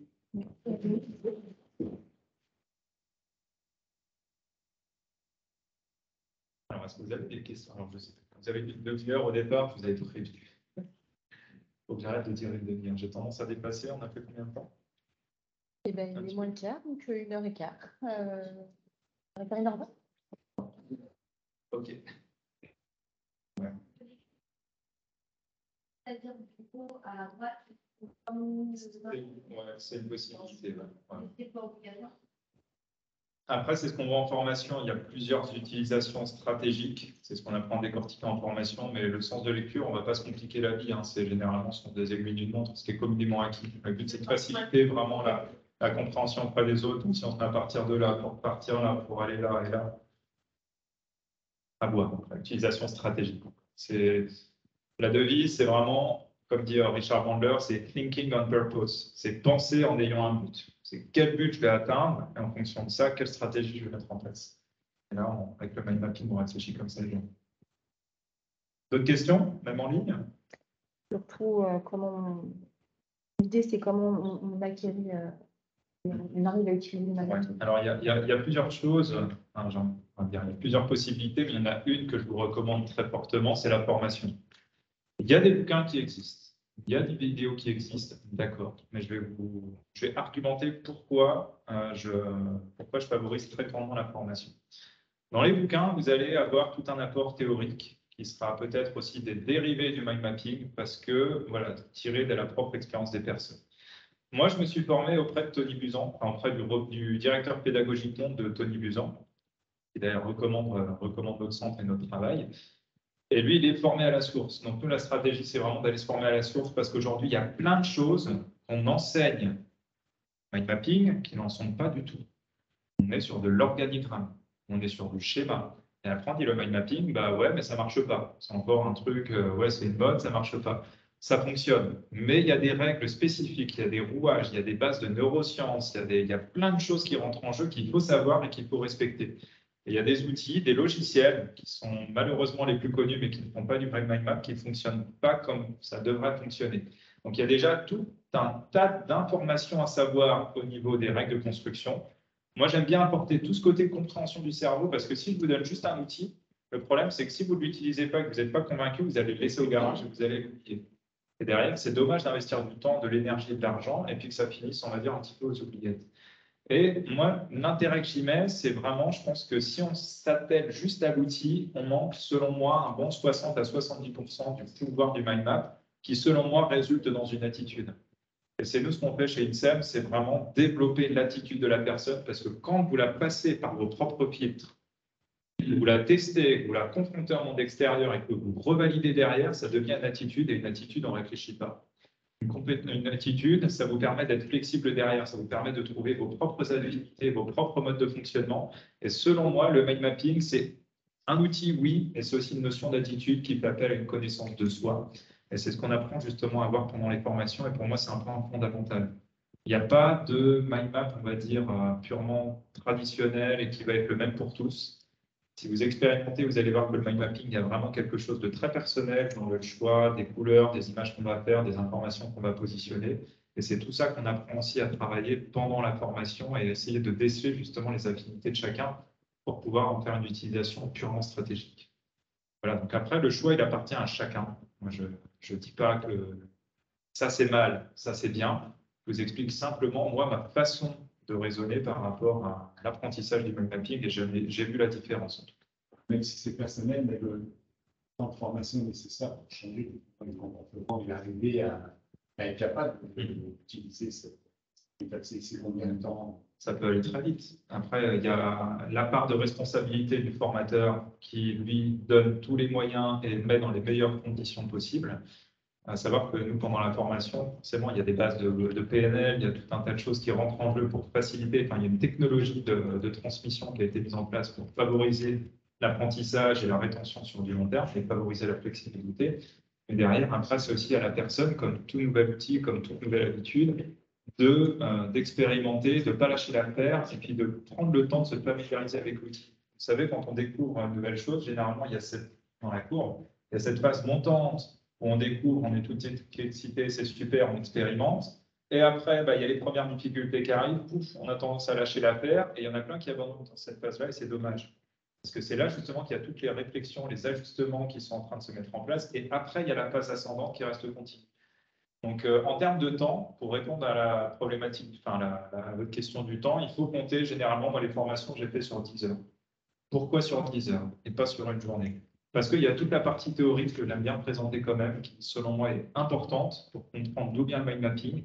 Et pour les personnes qui sont très mentales, qui sont, c'est-à-dire très cerveau gauche, qui sont très logiques, ça permet aussi de donner à manger à ce côté-là et puis à convaincre et à persuader déjà qu'il y a des bases solides, qu'il y a des bases scientifiques, qu'il y a des bases de neurosciences. Après, il y a toute une phase où aussi on passe beaucoup par le jeu. On passe par l'apprentissage, par le jeu, par l'expérimentation déjà sur les rêves, essayer d'en faire différentes applications. Et seulement le lendemain, on commence à passer sur des cas plus concrets.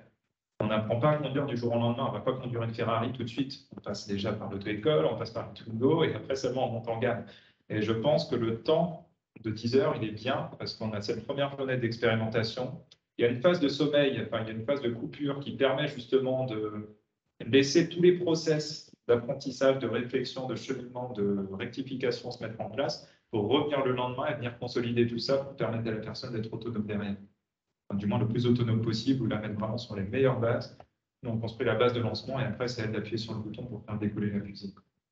Ça répond à votre question? Et la formation est en collectif, en gros? La formation peut se faire en collectif, ouais. J'ai fait quelques petits accompagnements individuels pour dépanner, on va dire, les jeunes ou les étudiants, parce que ça me tient à cœur. Mais sinon, ouais, je préfère les dynamiques de groupe. Après, c'est un format qui est adaptable. Je propose généralement un minimum de 10 heures. Mais c'est vrai que les formats de jour, ça peut être bien aussi pour déjà commencer l'après-midi à travailler sur des cas concrets d'entreprise. J'ai accompagné une entreprise sur 3, on a formé l'équipe. Et derrière, l'après-midi, on est déjà parti sur des cas concrets. On a fait une après-midi de brainstorming où moi, j'étais là plutôt en mode superviseur. Et s'il y avait besoin d'apporter quelques petits correctifs, d'apporter les correctifs. Et déjà de commencer aussi à... Tout ce qu'on a vu là, c'est bien, il y a de la théorie, il y a des cas très sympas, ok, mais tout de suite mettre un pied dans l'entreprise ou par rapport aux objectifs stratégiques que vous avez à travailler. Question, savoir si c'est obligatoirement en présentiel ou si ça peut être fait en visio, les formations. Ça peut être fait en visio. Après, c'est vrai que moi, je favorise quand même le présentiel, mais la formation peut se faire en visio. Donc après, il y a plusieurs possibilités. C'est soit des formations qu'on peut faire en entreprise, ou soit ça peut être des formations où simplement un salarié que vous avez défini ou vous formez avec moi dans une session qui est ouverte. On peut se retrouver avec tout un tas de profils et là, on peut le faire en distanciel, on peut le faire en présentiel. Oui, ça peut être un groupe de personnes issues d'entreprises différentes ou Bien sûr. deux. Après, ça, c'est un choix. Moi, j'aime bien. Les deux sont bien. Les deux sont bien, mais c'est vrai que c'est sympa aussi de pouvoir enseigner à plusieurs personnes la même entreprise pour avoir les mêmes codes, la même communication et déjà ensemble prendre les mêmes modes de fonctionnement, d'expérimenter ensemble. Puis ça fait un travail de cohésion qui est plutôt sympa. Ça fait une activité qui est assez, entre guillemets, ludique. On passe par la modernité, le papier, le crayon, les couleurs, les choses comme ça. Et c'est vrai que c'est bête, mais le simple fait de repasser par du papier à des choses très tangibles, très concrètes, il y a des choses vraiment sympas qui se passent. On retombe dans un côté un peu enfantin, il y a plein de belles choses qui se passent.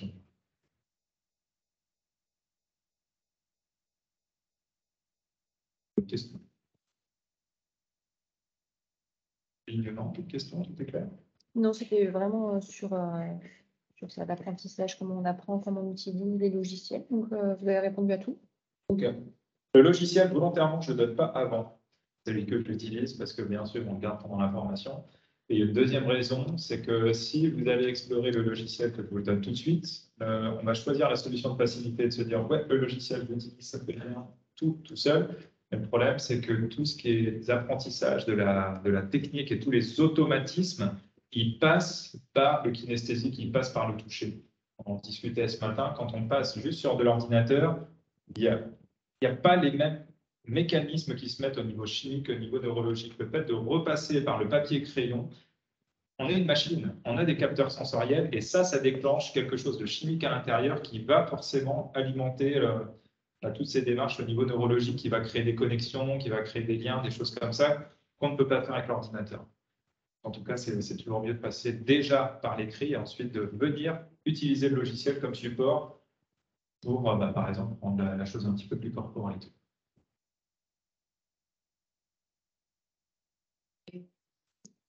Au niveau du coût, ça, il faut voir avec moi, c'est vraiment du sur-mesure, ça dépend vraiment des besoins de l'entreprise. Alors, prise en charge, malheureusement, pour l'instant, ce n'est pas CPF. Je ne sais pas si vous êtes au courant, mais il y a un gros ménage qui a été fait au niveau du CPF. Et tout ce qui est outil de développement, entre guillemets, personnel, n'est pas considéré par le CPF. J'ai essayé de faire passer un créateur reprenant l'entreprise, mais vraiment plutôt des choses type stabilité, business plan, des choses comme ça. Et pour eux, ça n'aide pas à la création d'entreprise. Alors que je pense que bien penser son entreprise, bien réfléchir à la structure, l'organisation, c'est fondamental. C'est un outil qui permet de le faire magistralement aussi. Et malheureusement, ce n'est pas finançable. Mais pour le reste, c'est plutôt du sur-mesure.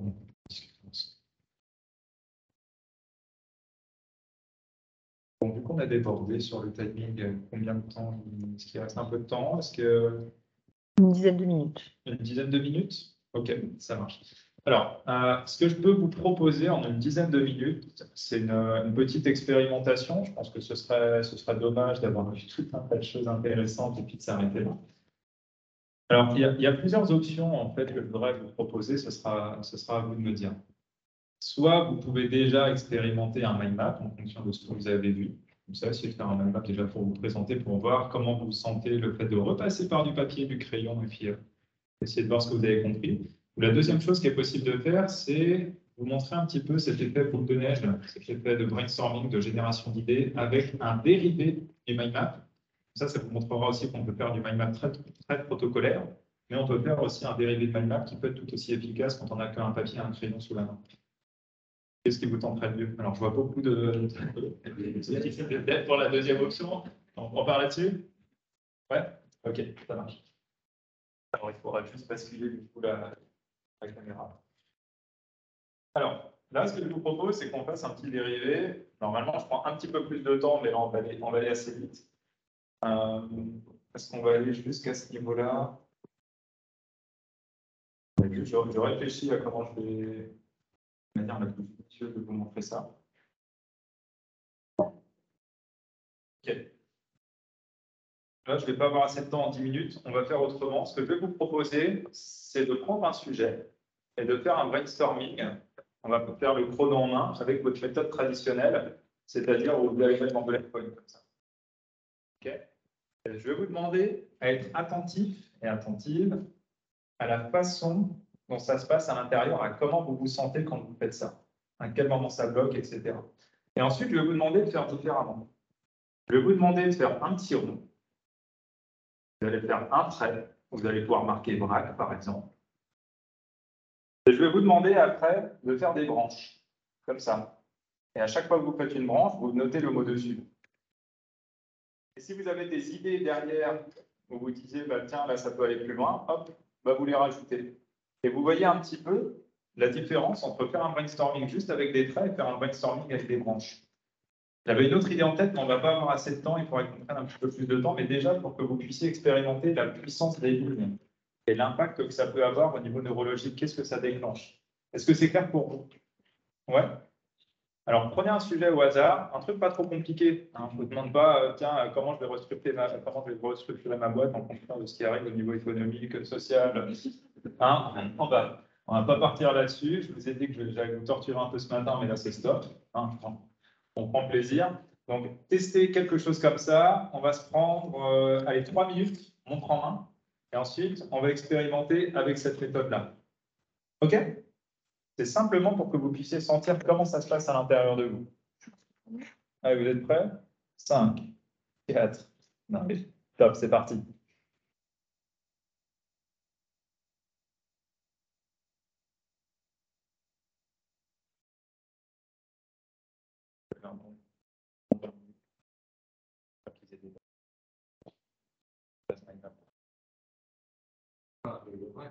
Non.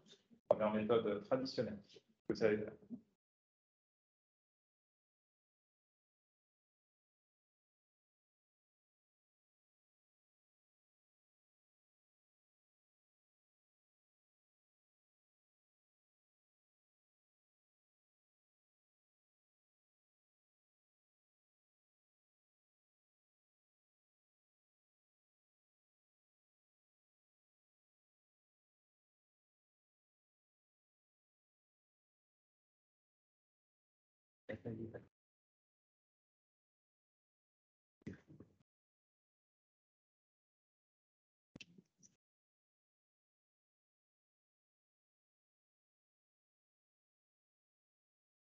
J'ai pas d'autre.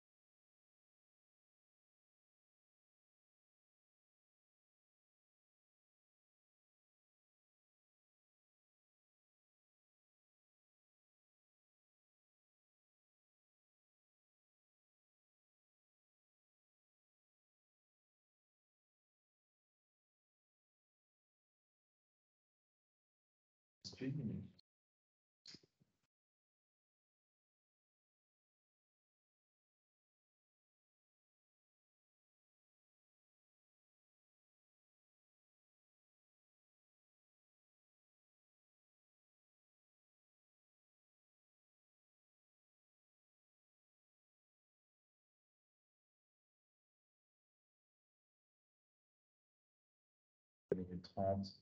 Allez, on pose les crayons. On repart d'une page blanche. Et je vais vous demander un autre sujet tout aussi simple. Et maintenant, vous allez utiliser l'autre méthode. Donc, je rappelle, vous faites un petit rond, un petit carré, un petit triangle, n'importe quoi, un petit cœur, tout ce que vous voulez. Vous faites une branche braque. Et ce que je veux, c'est que vous expérimentiez le fait d'avoir une branche et de marquer sur la branche. Et après, si vous avez besoin de développer, vous développez. Vous faites comme vous le sentez. Je ne vous donne pas de règles, hormis celle-ci. Après, vous faites comme vous voulez. Je veux simplement que vous expérimentiez le fait de rajouter des branches et de déjà commencer à se rapprocher de la structure naturelle du cerveau, de voir qu'est-ce que ça déclenche chez vous. Il y en a pour qui ça va être facile, il y en a pour qui ça va bugger. Mais le bug, il est intéressant aussi. D'accord? Parce que si ça bug, ça veut dire que ça réveille les choses. Alors, on va juste mettre le chrono. Avec mon doigt, c'est un. Allez, c'est parti.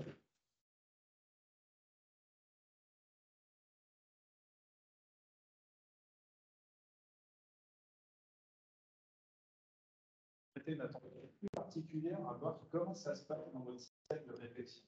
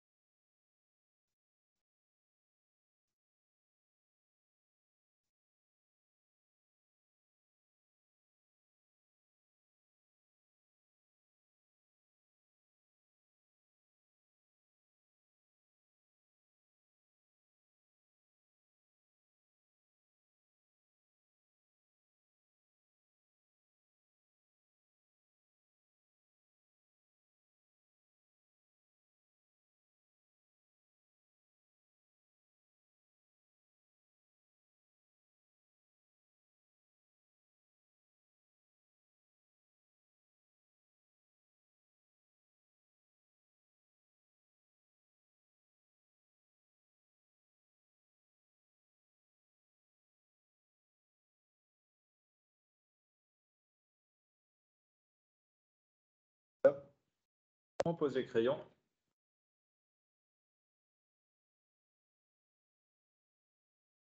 Ok. Alors, comment ça s'est passé pour vous?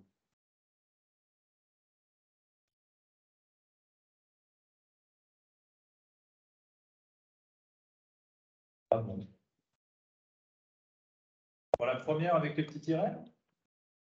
Pourtant quelque chose que vous faites depuis longtemps. Ok, d'accord. Ouais, la vie est difficile. La vie. Ouais. J'ai trouvé que c'était plus facile de lister. Ouais, parce que. Dans mon ordre et depuis aucun point. Ok. Et avec le schéma, je n'ai pas avancé. Parce qu'il fallait faire les liens, on par pavé. Donc, il y a un truc que je déquantique. Donc, pour moi, c'est une plus grosse préparation. Pas l'habitude, sûrement. Et beaucoup plus facile, j'en oublie pas quand je liste. Ouais. Mais voilà, pour le faire en présentation comme ça n'a pas été. Voilà, 2 minutes 30. Et comme j'ai dit, c'est pour ça qu'aussi, je l'ai dit avant, il y a des modes de fonctionnement qui sont là pendant déjà une bonne paire d'années. Donc, on ne se demande pas de tout oublier et puis de dire là, ça va être super. Mais en tous les cas, typiquement, ça pourrait demander peut-être pour vous un petit peu plus de temps d'expérimentation, de reposer les choses avant, peut-être d'avoir aussi la technique, ou peut-être aussi que moi, ça arrive, il y a des gens pour leur méthode de réflexion, peut-être qu'elle est super efficace, que pour eux, c'est leur mode de fonctionnement de faire des bullet points comme ça, mais qu'on va utiliser le mind map pour tout ce qui va être l'utilisation après de présentation, de dossiers, de synthèse, de choses comme ça. Je ne demande pas de passer tout mind map, ce serait ridicule, mais c'est d'en faire une utilisation stratégique par rapport à ce qui est confortable pour vous. Ok, les autres, dites-moi. La deuxième méthode permet de ne pas bloquer. Vous avez un blocage, vous pouvez passer à l'arborescence suivante, ensuite revenir. L'arborescence d'après, vous devez multiplier pour revenir à l'arborescence d'avant. Pour de prix. Donc vous avez eu l'effet boule de neige. C'est un Le côté, ah oui, bah, il y a ça, que je pourrais penser à ça, et puis il y a ça, et puis en fait, il y a encore ce truc-là, mais je pourrais le connecter avec ce truc-là, il pourrait encore y avoir d'autres trucs. Est-ce que vous avez eu l'impression, dans le bullet point, méthode traditionnelle, de dire, bon, je positionne des informations, ok, mais avoir cette impression que c'est un petit peu branlant, un petit peu bon, c'est posé, mais ok. Et avec le mind map, de se dire tout de suite, on a l'impression qu'en fait, la réflexion, elle est posée, qu'elle est fluide. Moi, j'ai un stress en moins quand je le fais, j'ai l'impression qu'ok, en fait, vu qu'il y a des traits, c'est comme si c'est lié, ça crée des connexions, il y a un côté, ok, c'est fluide. C'est fluide, c'est posé, c'est rassurant, c'est qu'il y a des liens, enfin, il y a un côté, c'est lié, il y a un support. Alors que quand on fait des bullet points, ça repose sur rien. Vous voyez? Oui, alors, bien sûr. Mais sur le bullet point, je veux dire, au niveau neurologique, si on regarde bien le copier-coller, il n'y a pas de. Le neurone, lui, il y a des synapses, il y a des axones, il y a tout ça, il y a des reliés, il y a des branches. Et vous avez vu le simple fait de rajouter des branches, comment déjà ça retire des charges émotionnelles et comment ça change votre façon de penser. Et si vous changez votre façon de penser, vous allez vous comporter de manière différente et vous allez obtenir des résultats différents. Ça, c'est un fait. En tout cas, super si vous avez pu l'expérimenter, je suis content. En 2 minutes 30, regardez déjà comment ne serait-ce que cette méthode-là, elle pourrait vous aider en 2 minutes 30 déjà à réfléchir autrement ou à poser vos réflexions autrement. Après, voilà, il y a une autre méthode que je voulais vous montrer, il aurait fallu un petit peu plus de temps, mais ça, c'est je parle trop. Voilà, je me suis laissé embarquer par ma passion et par mon truc. Mais c'est des choses qu'on voit en formation, c'est une méthode pour justement vous permettre de favoriser encore ça, d'aller plus loin et d'arriver à un plan qui soit ultra pertinent, ultra impactant, et tout ça le faire en un quart d'heure, 10 minutes, grand maximum. D'avoir un plan qui soit carré, où il y ait des liens, il y ait des connexions, vous sachiez de quoi vous parlez, s'il y a des compléments à faire, des choses comme ça, que vous puissiez le faire. Je ne sais pas pour vous, mais le plan, ça a été le grand traumatisme de toute mon école, surtout en filière littéraire. J'adorais la philo, mais quand il fallait rédiger, faire un plan, c'était une catastrophe. Et le plan important, oui, c'est vrai, pour structurer, hiérarchiser la pensée, bien communiquer en face. Mais ce dont j'avais besoin, c'était d'une méthode qui me permette d'y arriver de façon visuelle. Et les bullet points, les méthodes traditionnelles ne me le permettaient pas. Donc, en tout cas, pour présenter, pour préparer une présentation, même vous, pour avoir un support rapide, tiens, dans une demi-heure, on a telle personne qui vient dans la boîte, il faudrait que tu puisses, c'était pas prévu, il faudrait que tu puisses présenter ça. Ok, vous avez votre petit schéma, et au moins, vous n'avez pas votre nez dans les feuilles à lire comme ça, et puis quand vous perdez, attendez, je vais faire du montage, machin, non. Vous avez quelques mots, vous avez quelques trucs visuels, un coup d'œil, paf, je sais de quoi je parle et je suis 100% avec vous. Je sais de quoi je parle et vu que je l'ai fait, j'ai déjà créé des connexions. Vous avez vu, il ne faut pas beaucoup de temps pour mémoriser. Vous l'avez en tête et derrière, vous n'aurez même plus besoin de le regarder. Ou un coup d'œil et vous savez ce qui va arriver par la suite. C'est tout ça qu'on apprend aussi à voir pendant la formation. C'est tout le mind map entre guillemets protocolaire, faire du vrai mind mapping, et ça, j'y suis attaché parce que il y a des fondamentaux, il y a des mécanismes à comprendre, mais je vous apprends également derrière à faire tous ces dérivés qui vous permettent de travailler dans l'efficience. Et si demain vous avez un bout de papier et un crayon, eh ben, on puisse travailler avec ça, tout simplement. Ça vous a plu cette expérience-là? Oui. Ouais. Super. Bah, écoutez, en tous les cas, moi, je vous remercie d'être venu pour cette intervention. J'ai pris beaucoup de plaisir à vous partager ça. Je suis super content, en tous les cas, ça peut vous ouvrir le champ de nouvelles réflexions, vous permettre voilà, d'expérimenter des nouvelles choses et puis de trouver aussi déjà de nouvelles affinités. En tout cas, c'est vraiment chouette. Donc, si on est amené à se revoir, ce sera avec très grand plaisir. Moi, je vous ai laissé sur la table, il y a des petites cartes, si vous voulez prendre des coordonnées ou qu'on puisse échanger ensemble. J'espère qu'il y en aura assez. Si on n'a pas assez, auquel cas, il y a LinkedIn, il y a tout ça aujourd'hui. Plein de manières de communiquer. Et voilà, en tout cas, continuez d'expérimenter. Là, vous avez quelque chose qui vous convient. Je ne peux que vous encourager de continuer. Ce sera dommage de s'arrêter là. Et si vous voulez échanger, là, voilà, pour ceux, je suis désolé pour vous, mais pour nous, on a du café, du jus d'orange, on a des petites choses sympas. C'est l'avantage de venir en présentiel à la CCI. Mais voilà, on peut se prendre un petit café ensemble, on peut échanger sur tout ça. Et pour vous qui êtes en visio, donc vous avez vu, il y a le centre de formation INCEM, INCEM. Et moi, c'est Pierre Lejus, donc vous pouvez me trouver sur LinkedIn, vous pouvez trouver sur Facebook, sur tout un tas d'endroits. Voilà, vous avez directement mes coordonnées. Voilà, bah, merci à vous.